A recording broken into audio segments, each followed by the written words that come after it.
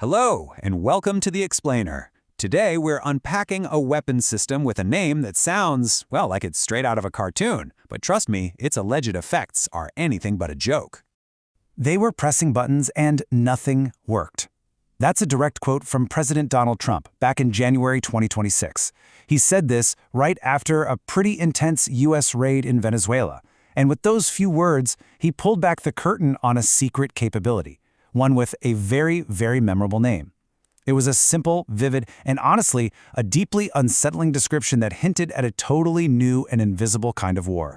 So, okay, let's start right there. Let's look at the event that put the Discombobulator on the map.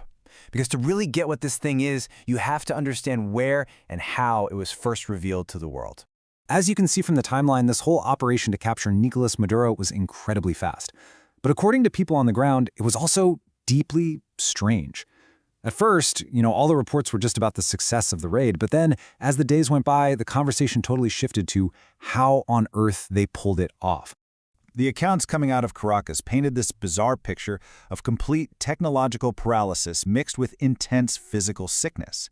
You had Venezuelan soldiers saying their advanced Russian and Chinese-made air defense systems were basically just expensive paperweights. At the same time, their guards were literally brought to their knees, dizzy, sick, disoriented. And this right here is what sparked the big debate. And that brings us to the absolute core question about the Discombobulator. Was this one single revolutionary new superweapon, or was it something a lot more complex? This is really the heart of the debate. So the analysis is really split between these two big ideas. The first theory is that the Discombobulator is a single secret device, a true superweapon, a ray gun, if you will. But the second theory, which is the one most experts lean towards, is that it's just a clever nickname for what they call a capability stack. Basically, a whole bunch of known technologies all used together in perfect sync to create one overwhelming effect. And this is such a key point, because while the experts are all talking about a capability stack, the idea of a single, all-powerful gadget is just a much, much better story. It's clean, it's simple, and it captures the imagination in a way that, let's be honest, coordinated multi-domain operations just doesn't. Okay, so let's say the capability stack theory is the right one. What's actually in that stack? Let's break down the different technologies that could come together to form this invisible arsenal. First up, you've got high-power microwaves, or HPMs. The easiest way to think about this is like a targeted EMP, an electromagnetic pulse.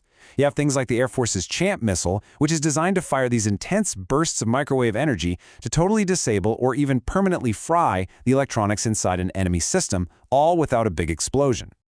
Then you've got electronic warfare, or EW. This is all about owning the electromagnetic spectrum. It's not about destroying the electronics. It's about making them useless. You're jamming their radar signals, spoofing their communications, and just pumping so much noise and garbage into their systems that the operators can't trust what they're seeing or hearing. You basically make them blind and deaf. And that brings us to the next layer, advanced cyber ops. Systems like Suitor, mentioned here, go way beyond just jamming. This is where you're actually hacking into the enemy's network. You can feed it false targets, you can corrupt its data, you can even take control of its sensors, basically turning their own defenses against them. And finally, you have the weapons that directly mess with people. Things like the active denial system. It's been called a heat ray that makes you feel an intense burning sensation. Or sonic devices that can make you feel sick, dizzy, and totally confused. This could very well explain the physical symptoms that those guards in Caracas were reporting. Now, what's so fascinating when you see it all laid out like this is how you get a complete picture. You have weapons that attack the machines, the infrastructure, and then you have weapons that attack the humans who operate those machines. The end goal? Total systemic paralysis. So when you combine all these tools, you start to see the real strategy behind something like the Discombobulator. The objective isn't to blow stuff up. It's to create absolute systemic chaos right at the single most important moment. And it's achieved through this really clear sequence. First, you blind their sensors using electronic warfare. Then, you confuse the operators with fake data from cyber attacks. Next, you isolate their units by jamming their comms so they can't talk to each other. And all of that creates this small window, this window of total paralysis, where you can get in, do the mission, and get out. So you see, the ultimate target isn't the hardware, it's the enemy's mind.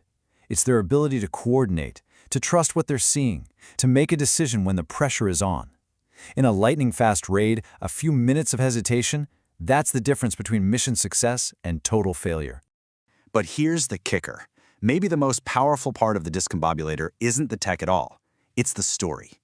In modern conflict, the name you give something can be a weapon in itself. I mean, calling it the Discombobulator, this funny, almost silly name, was actually a stroke of narrative genius. It's the perfect weapon for this new era of gray zone warfare. Why? Because the effects are hard to prove, so it gives you plausible deniability. But at the same time, it creates massive uncertainty for your enemies.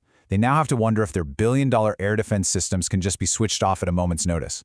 The name is so catchy it just takes over the whole story, turning the weapon into a powerful political meme.